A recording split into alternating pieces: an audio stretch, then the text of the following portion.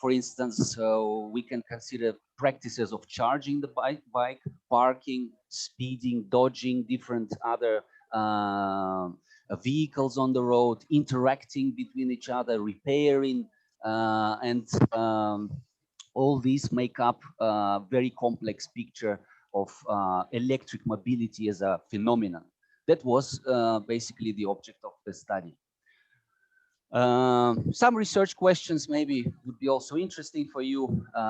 For me, as a visual sociologist, I also like to work with visual data. I like to do visual ethnography, but I also rely on traditional methods such as focus group interviews, and I actually also used to do survey research. But in this case, electric two-wheeler was interesting to observe how people actually using it. So can we use an electric two-wheeler as a theoretical object to basically understand China better? How can we understand China, but just by looking at this particular case of material culture? And what kind of practices are actually associated with it? And because research was conducted in the cities, we could understand actually what are transitions happening in Chinese cities. And also the key meanings that were attributed to these new emerging mobility practices in China. Fieldwork was, I would say, before I went to China. Of course, I've been to China several times. The first time I actually was in China in 1997 when I was a student. So, of course, you know, China is changing so fast that when you do a research in 2014, it can be already out of date by 2016.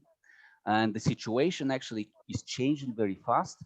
So I did several trips to several cities and provinces in 2014, 2017. This was actually this project was actually right after I left our project on Siberia that we were doing together with Professor Habik and Artyom finished. So this was the kind of next step for me to study transportation, infrastructure, and so on. And of course, we chose some cities to start from. Everybody's asking, why do you want to study this in big cities that are already studied? Well, we had to study. We had to start from somewhere. So the first city was Shanghai, and some of these cities are actually quite different. Shanghai has still some spatial outlay or urban planning from the colonial times, while Shenzhen is a very new city, fishing village in the 60s, and it's a car-oriented city. Beijing is different because it has different types of spatial outlay in the city. So there were also field trips to smaller towns in Shandong province, some marginal cities like second or third tier cities in different provinces in Guangdong province, and some even villages. We even went to some villages just to see how are people actually transporting or moving around. You could see that motorcycles are actually quite popular, and I will notice this very important change that motorcycles at some point were actually prohibited in major Chinese cities. This is how electric two-wheeler came to substitute this very popular sort of mobility for people in China, especially in big cities. But in the rural areas, you would still see a lot of motorcycles. So if you go and you visit some smaller towns, you would still see a lot of motorcycles or maybe motor scooters. I haven't seen a lot of motor scooters, but I would say that electric bicycles are probably more characteristic for big cities. I conducted focus groups with Chinese people, different kind of people, car users, women, electric two-wheeler riders, also informal taxi drivers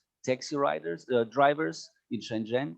And there were some expert interviews, of course, with NGOs, government officials, manufacturing representatives, and academics. Actually, I was doing research in 2 case studies, as I mentioned, electric vehicles, electric mobility, and also electric two-wheelers. And I discovered that it was much more difficult to talk to people who were coming from the industry related to electric bikes. So it's sudden finding that it's a kind of sensitive topic. It is something that officials actually don't like to talk about. It is this two-wheeler status that sometimes is associated with the past. It is associated with something not modern. So, of course, you know, China wants to be a modern country, and it is modernizing very fast. And all these kind of relics or signs of two-wheeler mobility or transportation that is maybe associated with people of the second class, they of course try to put them somewhere away from the city center. I will show you also the map. I'm sure you know where Shenzhen is, where Shanghai is, and Beijing. But it's just to show how big China is. And of course, actually, I should say that electric two-wheelers, they are almost everywhere in China. If you go to Xinjiang, if you go to maybe less so in the northeast of China, but very much so in the south.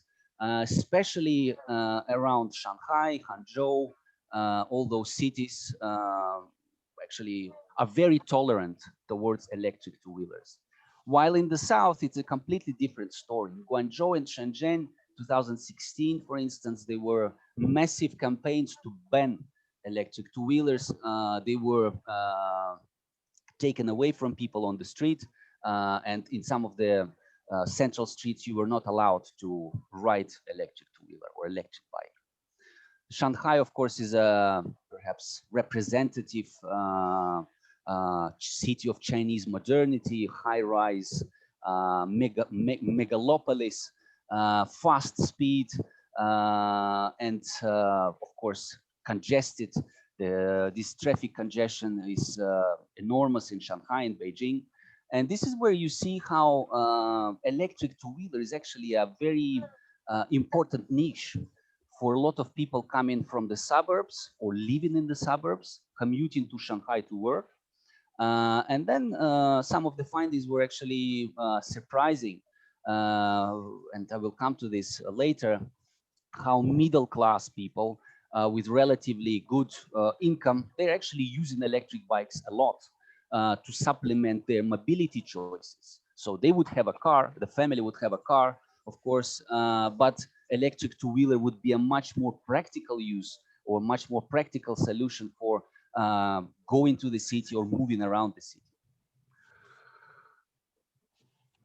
China as a context, of course, is very interesting. It's actually a case study of global significance, and there are different challenges for China in terms of decarbonizing or making a transition in its urban mobility.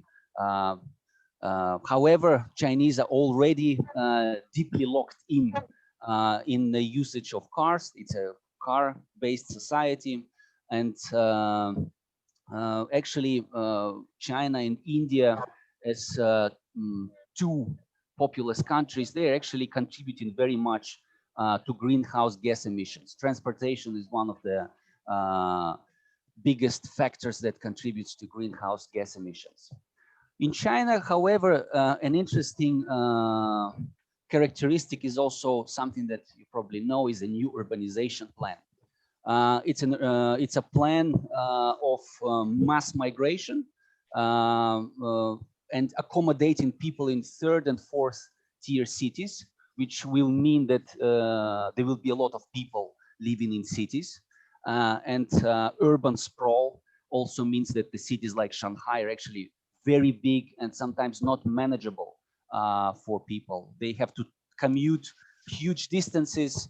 They have to use public transportation, and electric two-wheeler in this case becomes a part of the solution for their daily commute. Also in China, as in India, we have a rapidly growing middle class and of course associated consumption, and car or an automobile becomes the #1 consumer aspiration. So this is what families want to have, and after apartment, this is the family's most important investment.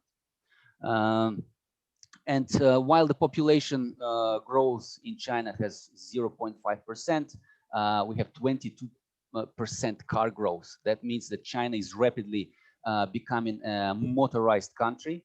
Although the number of cars is still lower than the number of electric two-wheelers, we can say it's already a dominant regime of transportation in China. And of course, you know that it has associated costs for the cities and people. It means pollution.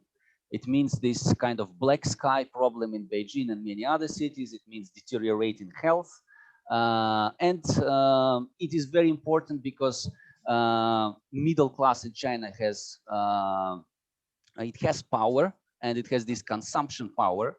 So they can demand blue sky, they can demand quality of life because of pure air, and of course for the ruling party it can have some implications.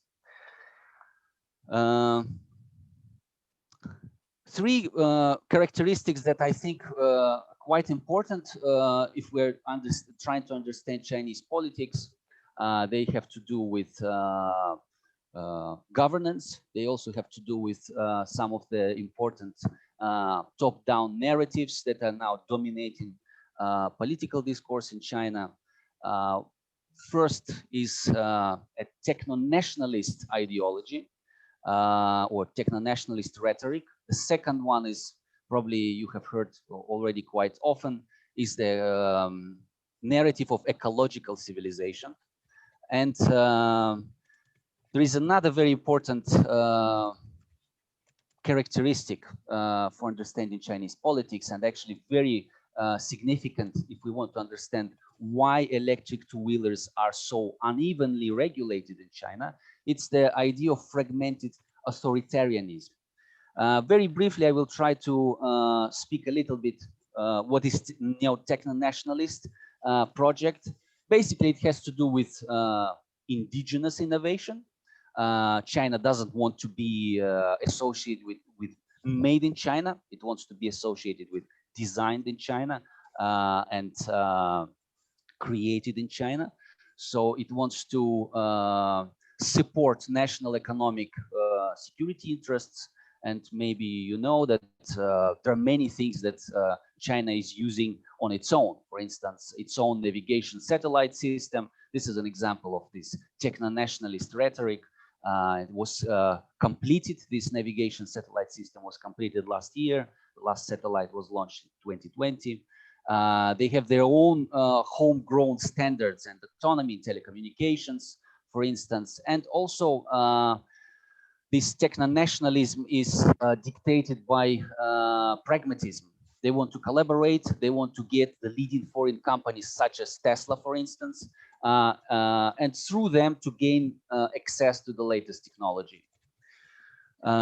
Ecological civilization narrative is an important top-down policy narrative, and also helps us to understand why electric mobility is such a big thing, because it has to do with a narrative for environmental politics, and actually China trying to lead, and actually leading to some extent in different terms, for instance, in energy transition, and leading maybe in terms of environmental innovation, such as recycling of electric waste, solar energy, wind energy, and so on. And also, it implies that China wants to be a global leader in climate change mitigation, and of course, to export some of the ideas and experiences that it has with green innovation to other countries. Fragmented authoritarianism is a good idea to keep in mind when, for instance, it actually helps to clarify why electric two-wheelers are so welcome in Chengdu, in Sichuan province, but less welcome in Shenzhen. Why are they sort of welcome and more or less tolerated in Shanghai, and less so in Beijing. So it has to do with the idea of competing and overlapping bureaucracies at different levels of administration: provincial administration, central government, and city government. So the cities have their own, especially big cities or centrally administered cities, they have their own goals, mitigating climate change, being innovative, or being pioneering in terms of different innovation and also economic growth. So this helps to explain this kind of fractional or regional restrictions in China. For instance, in Shenzhen, in the city center, you would actually now you wouldn't see any electric two-wheelers, but in the suburbs you would see quite a lot. Also, fragmented authoritarianism has to do with diverse ways of supporting local industry. For instance, in Shenzhen, you have a very important actor, which is a company called BYD, Build Your Own Dream, is one of the biggest manufacturers of electric vehicles, electric buses. And Shenzhen, for instance, became one of the first cities that completely electrified its public transportation. And it only has electric buses. Most of the taxis are also electric cars provided by BYD. Shenzhen has, of course, close collaboration, and it's lobbying the interests of the local industrial players. At the same time, local government has the final say. You have central government that promotes, for instance, this idea of ecological civilization, but it's the government in the city that actually decides what is good for them. Or for the city, or for the image of the city, which is also very important, because when we're talking about the image of the city, we're talking about the face, and you know, face is a very important concept. How we're doing with the time, I think these are two interesting theories. Actually, I missed one. It's the idea about socio-technical transitions, and it basically suggests that there is a point when technological systems make a transition. And in this case, transition from high carbon mobility or high carbon transportation, gas-powered cars or gas-powered scooters and motorcycles to more environmentally friendly means of transportation. So electric two-wheelers in this theoretical perspective, they are a niche. They are a niche or an innovation niche that helps to, or that can potentially challenge the dominating regime, the dominating regime of automobility in China. There are, of course, different criticism of this model, but I will not go into this because I was more interested in the idea of social practices. And I think this was also quite visible in the research on electric bicycles, because this theory is oriented at understanding of practical carrying out of lifestyles. So electric bikes, they support different kinds of lifestyles, different kinds of journeys, different kinds of livelihoods. And this is about different kinds of users and practitioners. A lot of them are migrants who are coming to live in the city. For some of them, electric two-wheeler is the main means of production.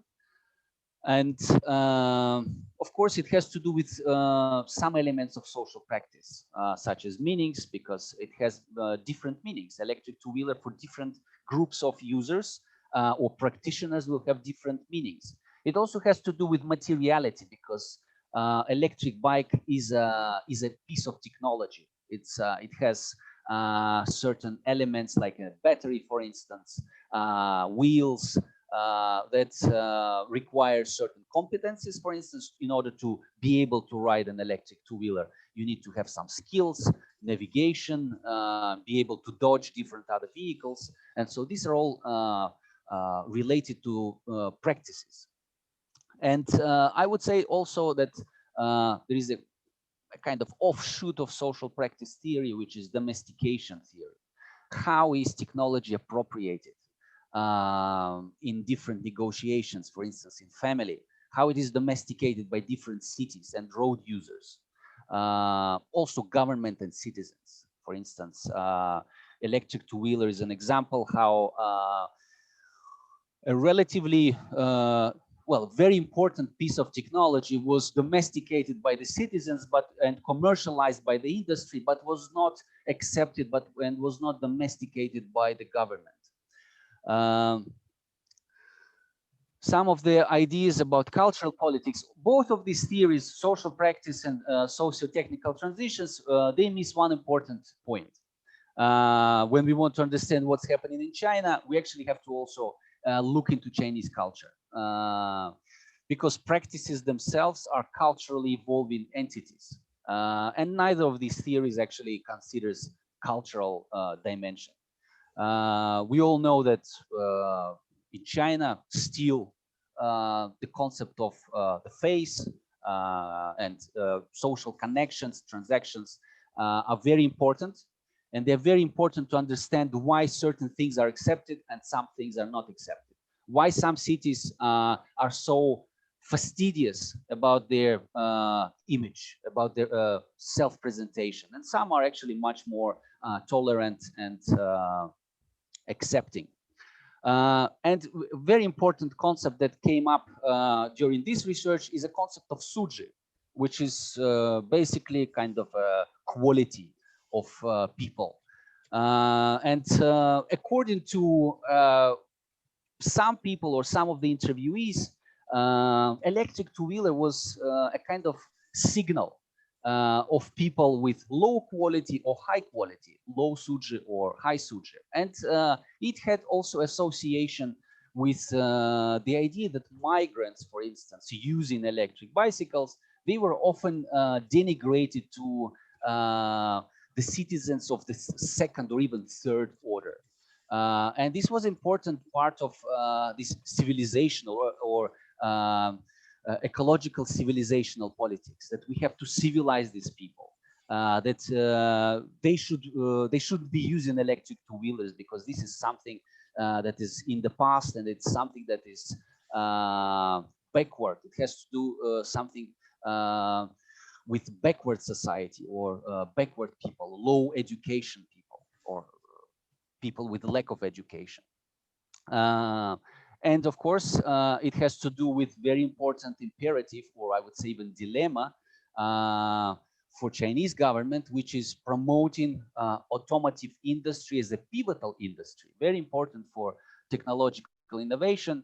And of course, in this landscape, the dilemma is how to deal with traffic congestion, how to deal with the growing amount of cars on the streets. And it has to do with consumer politics. For many Chinese people, car is also no longer a luxury, and there is a transition also to buy second-hand cars. Just maybe in recent years, a lot of people are buying second-hand cars. And you know that in China, actually getting a license for a car is a very complicated issue. You have to get you have to win a lottery, basically. You have to win a lottery, and for many, electric vehicle was the solution to have a car. But with the growing middle class, of course, it's very difficult to regulate or to control, and people are facing obstacles. Imagine if every urban resident would have a car or two cars. And also, although this is the case in some families, of course, government is trying to regulate the amount of cars in the cities.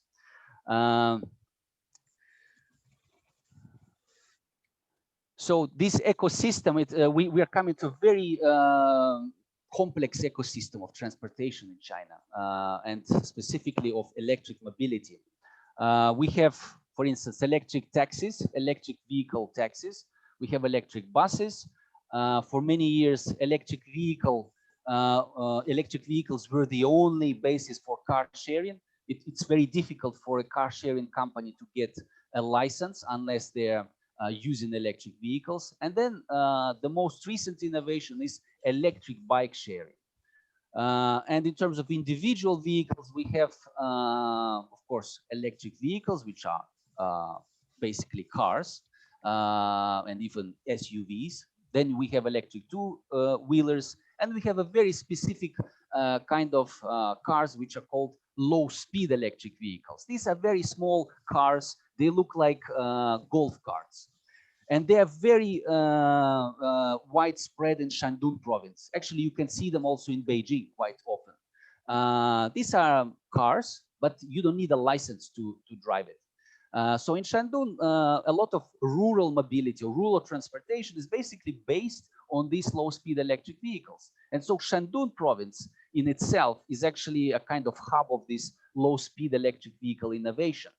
I would say that it's actually a very important niche as well, because a lot of the countries in the West, Italy, for instance, Portugal, I wouldn't say Germany, but these are two examples I know, they're actually buying a lot of low-speed electric vehicles in China to propel their car sharing schemes.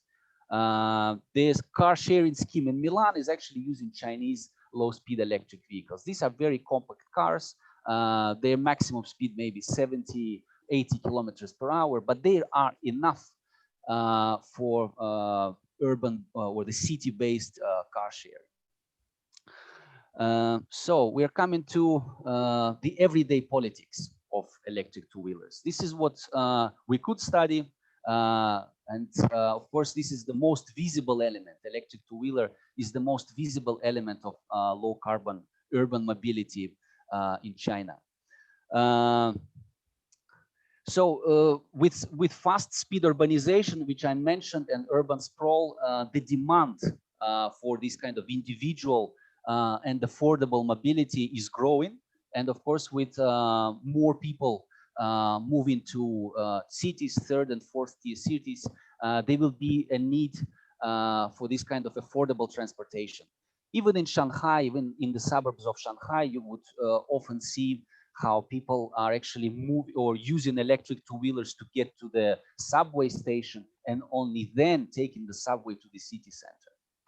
At the same time, as I mentioned, Suji is very important as a concept, and e-bike or electric two-wheeler is still seen as a kind of thing of the past. In one of the interviewees, a taxi driver who said, well, I'm not getting an electric two-wheeler, I want to get a car. He said, I'm doing this because bicycles are the past. I don't want to be associated with the past. I'm a modern person. And he told me, you are Europeans. You all already have cars. That's why you have experience of this kind of mobility. So we want to do the same. We in China, we also want to experience cars. We want to have comfortable, convenient life. And the car, as I mentioned, becomes the very important second family investment. In one of the famous phrases in, I think in one of the talk shows, there was this famous phrase by a young girl who said, I prefer to cry in the back seat of the BMW than to smile on the bicycle. This is an often quoted phrase, which actually reminds us that a car is becoming a dominant form of status, but also of transportation. I will probably skip this idea of socio-historical timeline, how electric two-wheelers came about. I mentioned important turning point, which is the point when most of the cities, first tier and second tier cities, banned motorcycles. And this was basically at the end of the 90s, beginning of the 2000s. I still remember the time when there were motorcycle taxis in Harbin, 2007. But basically after the ban of motorcycles, electric two-wheelers came to substitute this two-wheeler mobility. And during the period of my research or my fieldwork, it was a kind of fractional restriction stage when you could see that there were bans and restrictions in some cities, but then these bans and restrictions were lifted. There were some very low profile protests, specifically in the express delivery segment. Those guys were the young men who work in express delivery. They were actually protesting against these restrictions. And what I think is happening now from 2016 actually onwards is a kind of normalization of electric two-wheeler. And it has to do, first of all, with the new standards. A new technological standard in 2019 actually updated the very old standard of 1999. The speed was significantly increased. There are some restrictions and regulations in terms of licensing. And also due to some high-profile accidents in Beijing because of charging, a kind of, very characteristic way of charging electric two-wheelers. People just lower down the cables from the apartments. And of course, when it rains, short circuit, fire, and so on. And so after some of these high-profile fires, government officials actually, or authorities, decided to centralize charging. And you can see these centralized charging stations for electric two-wheelers, not only in the apartment blocks, but also these kind of public facilities, public infrastructure, or so-called popular charging station. But also electric bikes were considerably incorporated by bike sharing companies. So it was something that the businesses wanted to take advantage of. And another very important feature is smartification.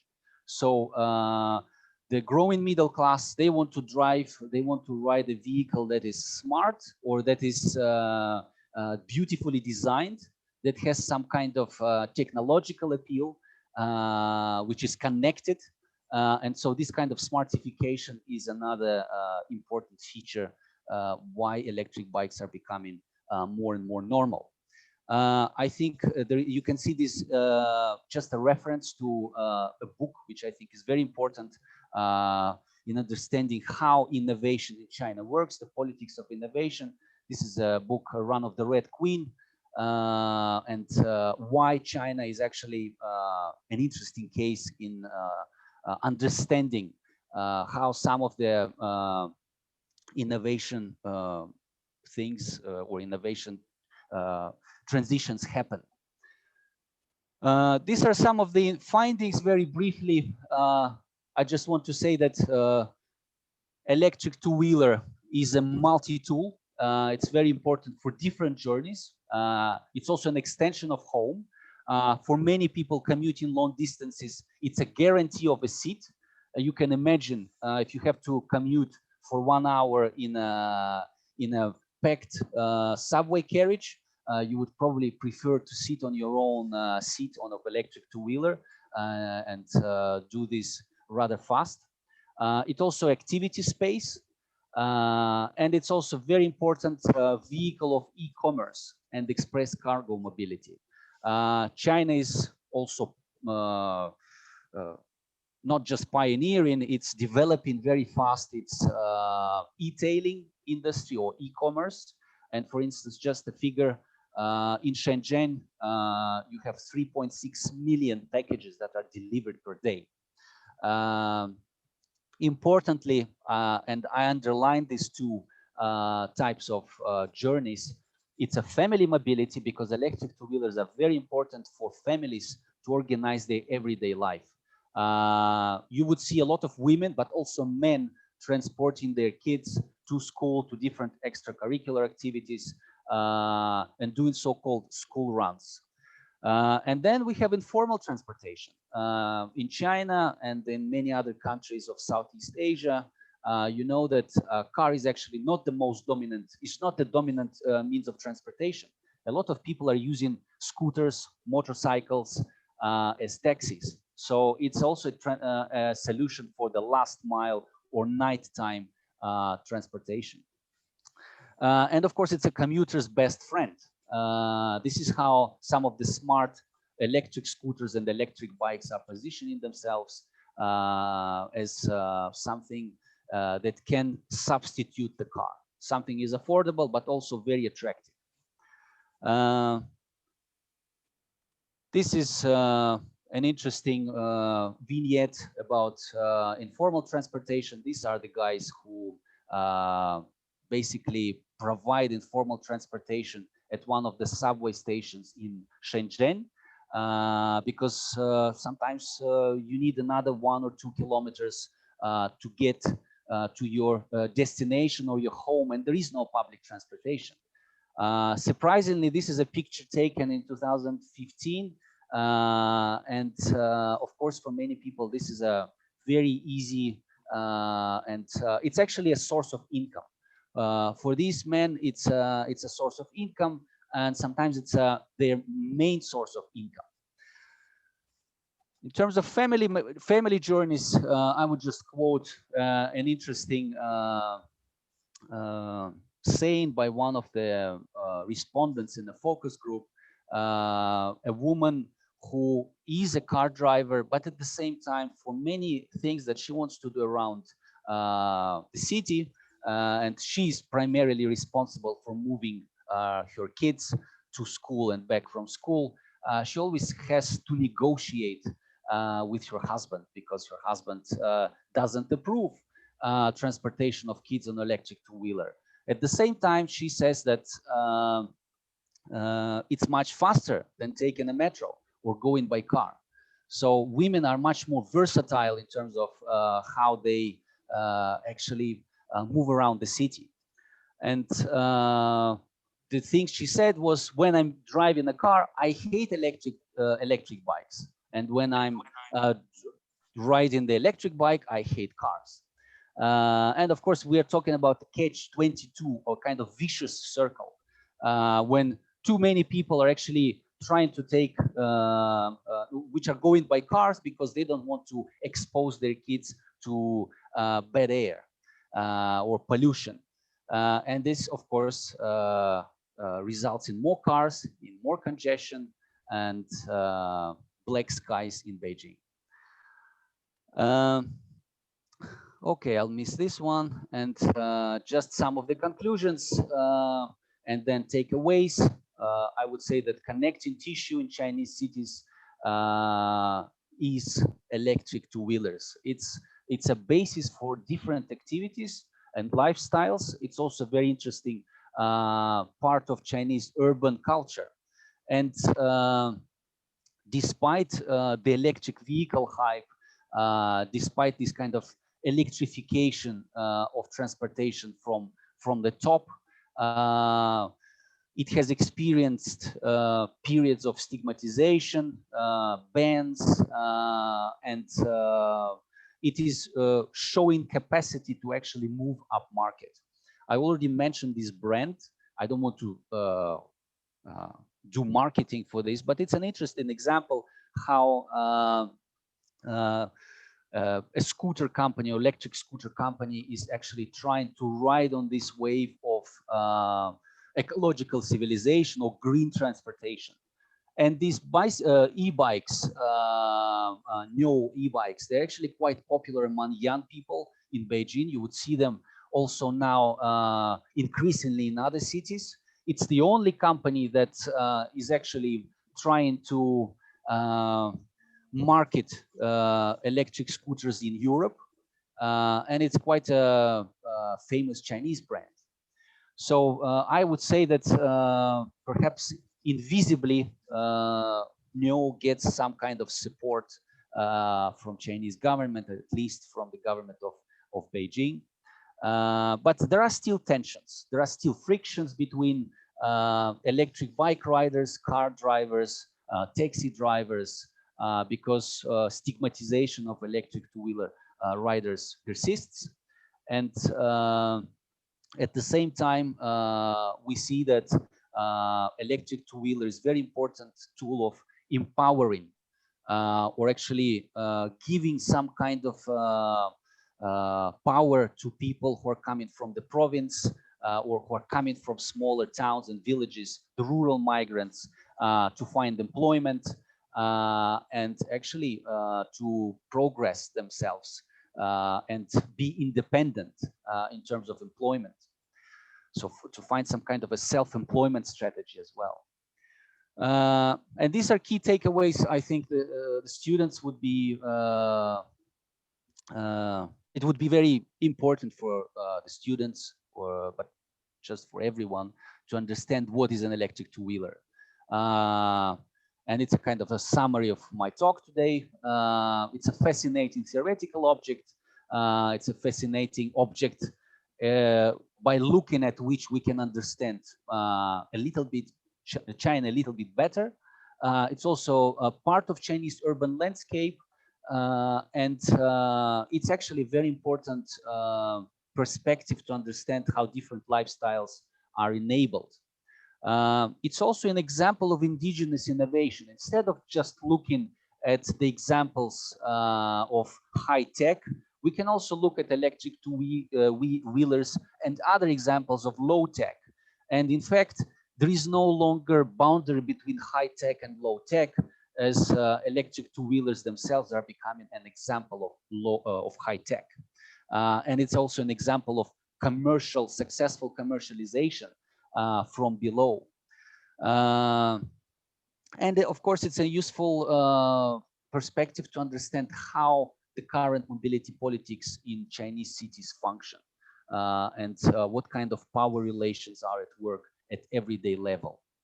I would finish here with just a final slide to show some of the production that came out of this project. First of all, it's the book, Urban Mobility in Modern China, where maybe there is more space to discuss what is an electric two-wheeler, what kind of significance it has for Chinese economy and urban culture. But it's also about cycling societies. China is a cycling society, and it's a kind of hybrid society that is trying to accommodate these new technologies. And some of the ideas on electric bicycles were also covered in the book Visual Sociology, which was published just recently. I have a kind of case study on electric bikes, and looking at electric bikes, we're discussing different tensions and frictions in the cities. Thank you very much. Спасибо за внимание. Есть ли какие-то вопросы? Большое спасибо, Денис Николаевич. Да, было очень интересно прослушать вашу лекцию. Давайте перейдем к вопросам. Есть вопросы, уважаемые студенты, преподаватели, коллеги? Можно? Да, конечно, на русском языке вопросы любые. Денис Николаевич, большое спасибо за очень интересную лекцию. Простите за такую строгость в начале, просто, ну, вот такой я есть. Очень интересное исследование по электробайкам. Касались ли вы в своем исследовании велосипедов? Или это уже некая прошлая эпоха для Китая? Я добавлю, Михаил Григорьевич, если вы не против, был похожий вопрос. Велосипеды и рикши, электрорикши и рикши, которые тоже очень популярны в Китае, как они соотносятся вот с тем рынком велосипедов, который возник в Китае? Хорошие вопросы, спасибо. Начну с того, что я сейчас в Макао. И самое интересное, что здесь очень мало электробайков. Очень мало. То есть вот этих вот нео, которые я называл, буквально, может быть, 1-2 я видел. В основном здесь обыкновенные мотоциклы и скутеры. То есть Макао действительно показывает, что Китай – это вот одна страна, две системы. Не только в плане интернета и других свобод, но и в плане транспорта, кстати. Почему здесь электробайков нет, это отдельно я могу рассказать. Здесь как бы своя политика, вот, связана здесь и с местными организациями макайскими. Вот. Но я начну с велосипедов. Ну, во-первых, Китай, конечно же, утилизировал инфраструктуру, которая осталась от королевство велосипедов или царство, да, империя велосипедов. То, что в 90-е годы вот эти широкие велосипедные дорожки, они, собственно, были утилизированы для машин. То есть те дороги, которые были в 90-е годы, в 97-м, 98-м, может быть, вы помните, несколько полос для велосипедов, они исчезли, потому что надо было расширять дороги для машин. И электробайки оказались в такой маргинальной позиции. То есть это и не мотоцикл, то есть это вроде бы, это не считается моторизированным средством. То есть в Китае электробайк – это не моторизированное средство. Поэтому электробайк, он может ездить как бы и по дороге, и по велосипедной дорожке, и очень часто даже по тротуару. Вот. Поэтому вот эта вот маргинальная позиция, она сохраняется.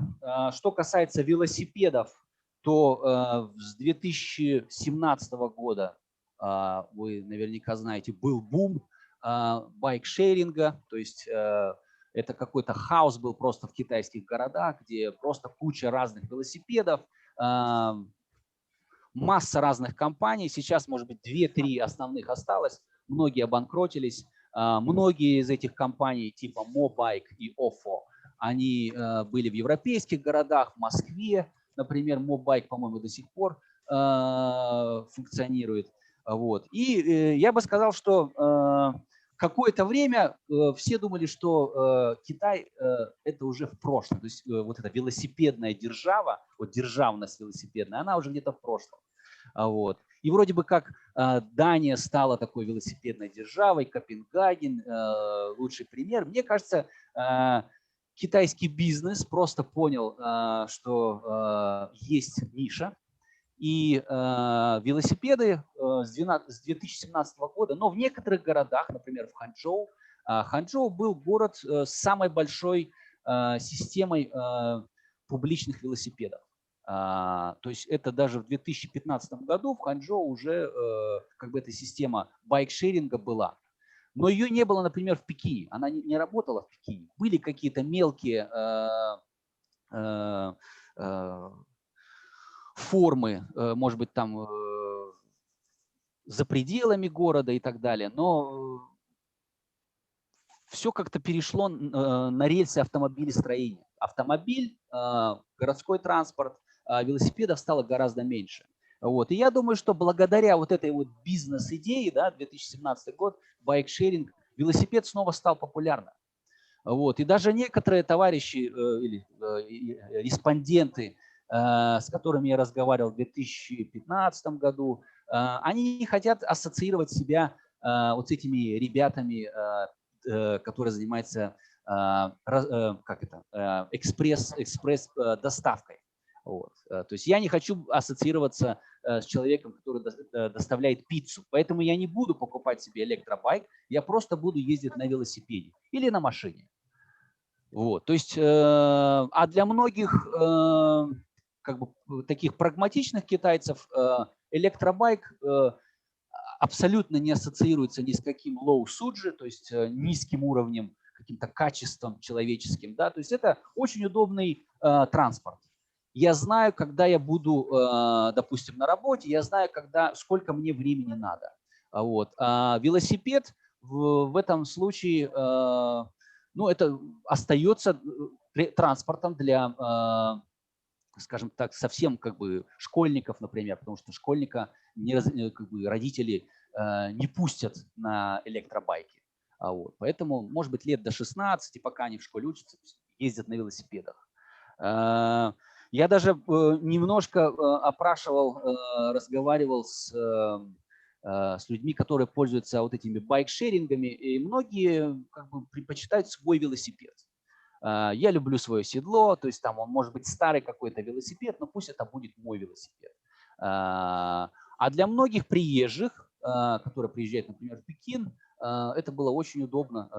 Взял, допустим, велосипед у метро, проехал там 2 километра, бросил его, пошел там по своим делам, потом опять взял где-то велосипед и опять как бы вернулся к станции метро.